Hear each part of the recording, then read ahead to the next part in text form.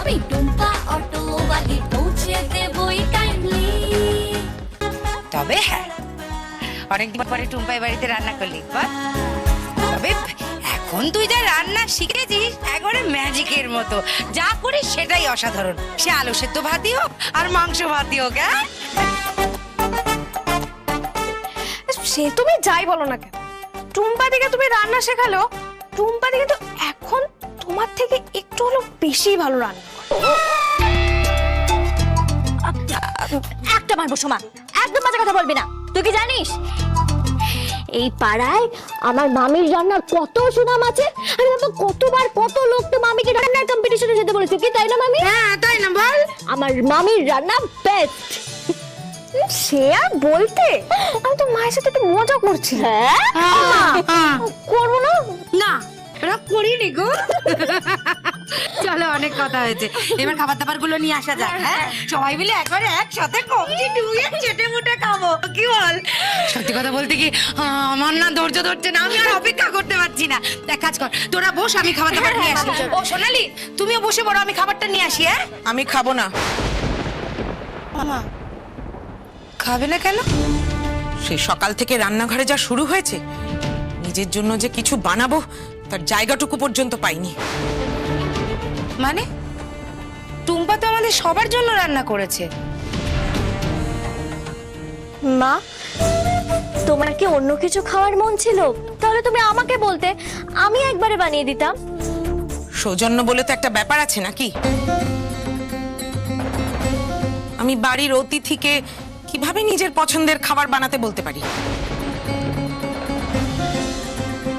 তুমি অতিথি কাকে বললে সোনালি? টুম্পাকে?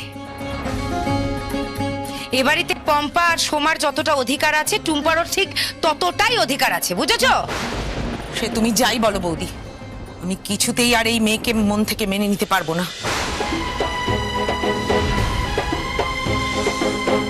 আমার কাছে ও এই বাড়িতে অতিথি ছাড়া আর কিচ্ছু নয়।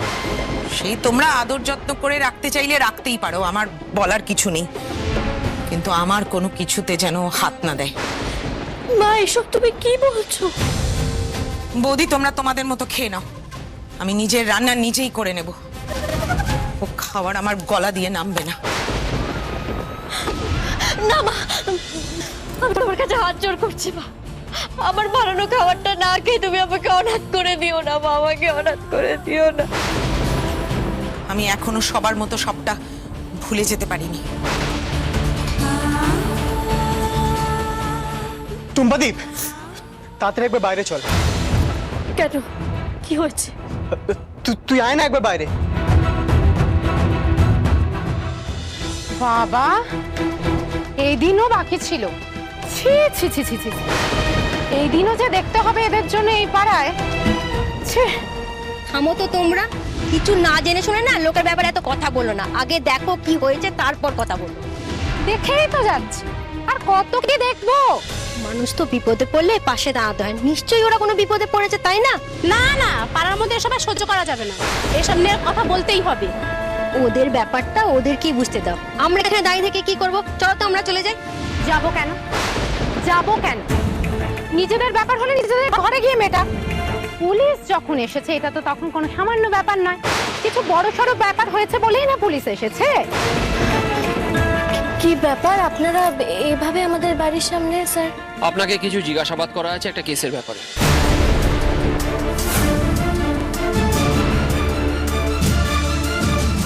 আচ্ছা ঠিক আছে, আপনার যদি আমাকে কিছু জিজ্ঞাসাবাদ করার থাকে তাহলে আপনি আমাদের বাড়ির ভেতরে গিয়ে করলে খুব ভালো হয় স্যার। বেশ, ঠিক আছে, চলুন।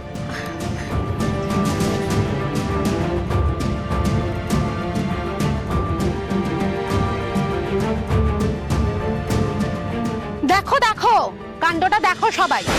যদি কিছু নাই করে থাকতো তাহলে এরকম পুলিশ নিয়ে ভেতরে চলে যাওয়ার কি ছিল? আমাদের সবার সামনে কথা বলতো, তাই না? তাই তো বলো, একদমই ঠিক। তাহলে বুঝতেই পারছো কিছু করেছে বলেই ওরকম ভাবে পুলিশকে নিয়ে ভেতরে গিয়ে আড়ালে কথা বলতে হচ্ছে, লুকিয়ে লুকিয়ে, তাই না? আসুন স্যার, বসুন। তুমি অবশ্য।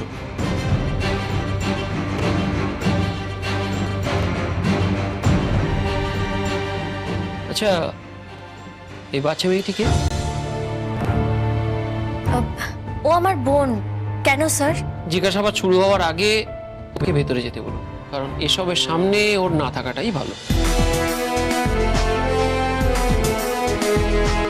যা সোমা, তুই ভিতরে ঘরে যা যা।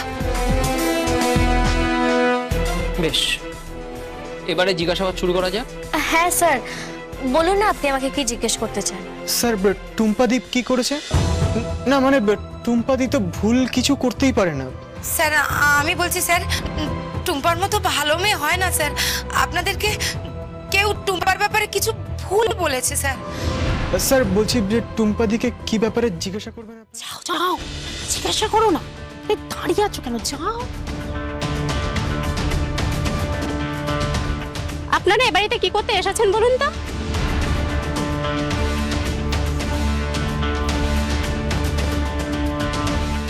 এই জিজ্ঞাসা কর না কি করেছে। আচ্ছা, টুম্পাকে কিছু করেছে? আসলে কি বলুন তো, হাজার হলেও তো আমরা পাড়া প্রতিবেশী, তার জন্য তো একটা দায়িত্ব কর্তব্য থাকে না যে কি হচ্ছে না হচ্ছে জানার। সেই কারণেই আপনাদের জিজ্ঞাসা করছি। একটা ব্লাস্টের ব্যাপারে স্যার জিজ্ঞাসাবাদ করতে এসেছেন।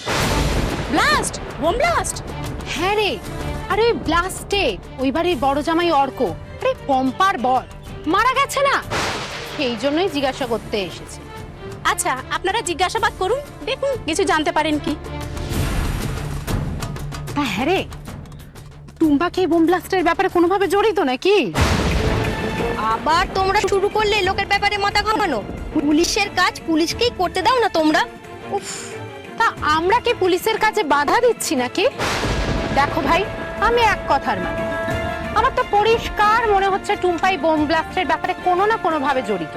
না হলে পুলিশ টুম্পাকে জিজ্ঞাসা করতে আসবে কেন? আর শোনো, অর্ক আবার টুম্পার নিজের ভাসুর, আবার জামাইবাবু। মেয়েটা নিজের জামাইবাবুকেই মেরে ফেললো, তাও আবার বোম ব্লাস্ট করিয়ে। বড়লোক বাড়ি থেকে সব বিয়ে করেছিল, শেষে কি হলো? সেই তো জেলের ঘানি টানতেই হবে। জিজ্ঞেস করলে বলে সব ঠিকঠাক চলছে, সব খুব ভালো আছে। এই যে মেয়ে এত বড় বিপদে পড়েছে, তা বড়লোক বাড়ির জামাই কই? ও হেব্বি বড়লোক বাড়ির ছেলে, খেয়ে দিয়ে তো কাজ নেই, ও নাকি আসবে টুম্পাকে বাঁচাতে। আমিও তো সেটাই ভাবছি। আপনারা না জেনে না শুনে একজনকে দোষী সাব্যস্ত করছেন কি করে? এই তো বড়লোক বাড়ির জামাই এসে হাজির। কেন এখানে আসা আমার উচিত হয়নি? কেন নয়? আপনি এ বাড়ির জামাই, আপনার শ্বশুর বাড়ি, আপনি যখন খুশি আসবেন, যাবেন, যা ইচ্ছা তাই করবেন। কিন্তু যা হচ্ছে না, তাতে আমাদের একটু অসুবিধা হয়ে যাচ্ছে। পাড়াতে পুলিশ পর্যন্ত চলে এলো শুধুমাত্র আপনার বউয়ের জন্য। আপনারা সবাই থামুন তো। এই দেখুন, আমরা থামবো কেন? আপনারা যা ইচ্ছা করে যাবেন একটার পর একটা, আর আমরা দেখে যাব তা তো হয় না। দেখার পর আমাদের তো বলার অধিকার আছে, তাই না? যে ভালো লাগলো কি না লাগলো। সিনেমা হল থেকে বেরিয়েও তো আমরা বলে থাকি যে কেমন লাগলো কি না লাগলো। আর এদের বাড়িতে যা শুরু হয়েছে নতুন নতুন সিনেমা। আর শুনুন, আপনি কি বোঝাতে এসেছেন? যা বোঝার না আমরা বুঝে গেছি। পুলিশ আজ টুম্পার নাম নিয়ে বলেছে যে ওকেই জিজ্ঞাসাবাদ করতে এসেছে। না তো তাতে কি হয়েছে? একটা কেস চলছে, তার জন্য পুলিশ ইনভেস্টিগেট করতে এসেছে। আর কাউকে ইনভেস্টিগেশনের জন্য প্রশ্ন জিজ্ঞেস করলে তাতে তাতে কি হয়? সে দোষী প্রমাণ হয়? শুনুন, বড় বড় কথা বলবেন না। শুধু পাড়ার জামাই বলে না। না হলে কি করতেন? মারতেন? মারুন, মারুন, মারুন। চুপ করে দাঁড়িয়ে আছেন কেন আপনারা? আপনারা এখানে ঝামেলা করছেন কেন? এখানে কোনো রকম ঝামেলা করা যাবে না। আপনারা যে যার কাজে যান। আর আপনি প্লিজ ভেতরে যান।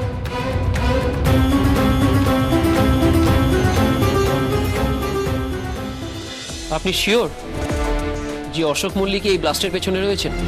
স্যার, আমি শিওর না হলে অযথা অশোক মল্লিকের কেন নাম নেব? উনি আমাদের পরিবারের একজন সদস্য। অযথা কেন আমি অশোক মল্লিককে ফাঁসাতে যাব? আপনি যদি জানতেনই যে অশোক মল্লিক এই ব্লাস্টের পেছনে রয়েছেন, তাহলে সেটা আমাদের আগে জানাননি কেন? কি হলো, চুপ করে আছেন কেন? আপনি অশোক মল্লিকের ব্যাপারে আমাদের আগে জানাননি কেন? না স্যার, আসলে আমি আবির বাবা বসো না। আরে আবির বাবু যে, আসুন আসুন, বসুন বসুন।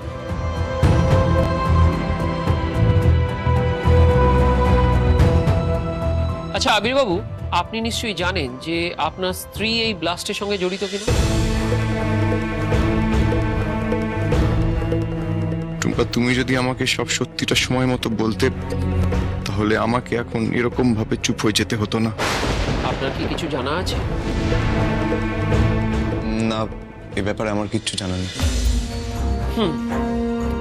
আচ্ছা, আপনি যদি কোনো ভুল না করে থাকেন তাহলে আপনি আপনার স্বামী বা আপনার পরিবারকে কিছু জানাননি কেন? ইভেন পুলিশকে পর্যন্ত ইনফর্ম করেননি কেন? আমি তো কোনো অন্যায় করিনি, তাহলে আমি এত ভয় পাবো কেন? স্যার, আসলে আমার কাছে আর কোনো রাস্তা ছিল না, কারণ অশোক মল্লিক আমার দিদি এবং অর্কদা দুজনকেই কিডন্যাপ করেছিল। আর শুধুমাত্র ওদের দুজনকেই নয়, আমাদের কাকিমা মানে অশোক মল্লিকের স্ত্রী, তাকেও অশোক মল্লিক কিডন্যাপ করেছিল।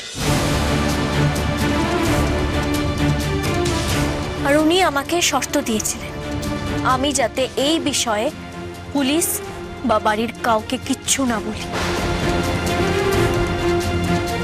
আর যদি আমি এটা সবাইকে বলে দিই তাহলে উনি এদের সবাইকে মেরে ফেলার হুমকি দিয়েছিলেন।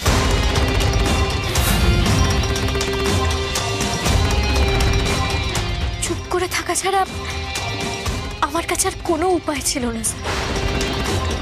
কাকিমাকে তো আমি অশোক মল্লিকের হাত থেকে ছাড়িয়ে নিয়ে আসতে পেরেছিলাম, কিন্তু তারপর অশোক মল্লিক আমাকে একা ডেকে পাঠিয়েছিল সেই বাড়িটায় যেখানে ওই ব্লাস্টটা হয়। আমি ওখানে গিয়েছিলাম।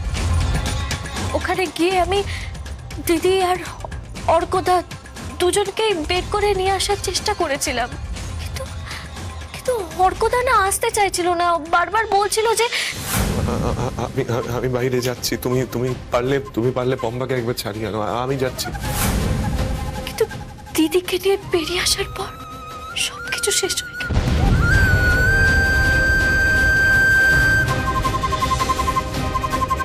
কিন্তু ম্যাডাম, আপনি সবাইকে কিছু না জানিয়ে অর্ক মল্লিককে কি বাঁচাতে পারলেন? আপনার উচিত ছিল আপনার পরিবার এবং পুলিশকে সবটা জানানো। দেখুন অফিসার, টুম্পা যখন বলছে ব্লাস্টের ব্যাপারে ও কিছু জানে না, তার মানে সত্যি ও কিছু জানে না।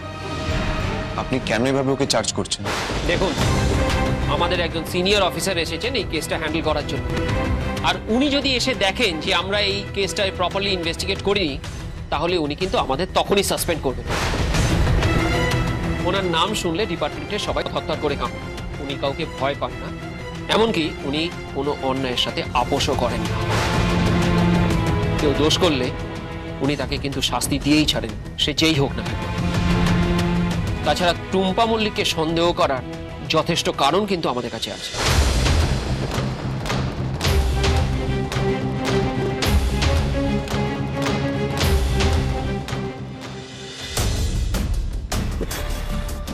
টেনশন হচ্ছে, একটা কাজ যদি একটু তাড়াতাড়ি করতে পারে এই ছেলেটা। এখন আমি বুঝতে পারছি না সবকিছু পেয়েছি কি। স্যার,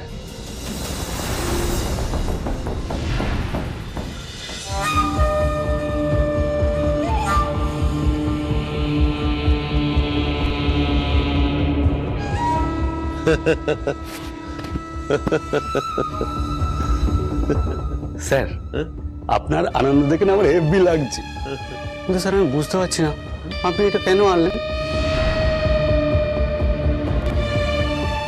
সাক্ষাৎ জম দেখতে পেয়েছি চোখের সামনে, তাই যত তাড়াতাড়ি সম্ভব নিজের বেশ পাল্টে কাজ সেরে এখান থেকে হয়ে যেতে হবে। স্যার, আপনার জম? সে কে? নতুন পুলিশ অফিসার, যতদূর মনে হয় অর্কর কেসের ইনভেস্টিগেশন করতে এসছে ওই ইনচার্জ। সাক্ষাৎ জম ক্রিমিনালদের কাছে। ক্রিমিনালরা একবার ওনার নাম শুনলে গুহায় ঢুকে যায় আর বেরোয় না। চাপ আছে রে, বড় চাপ আছে।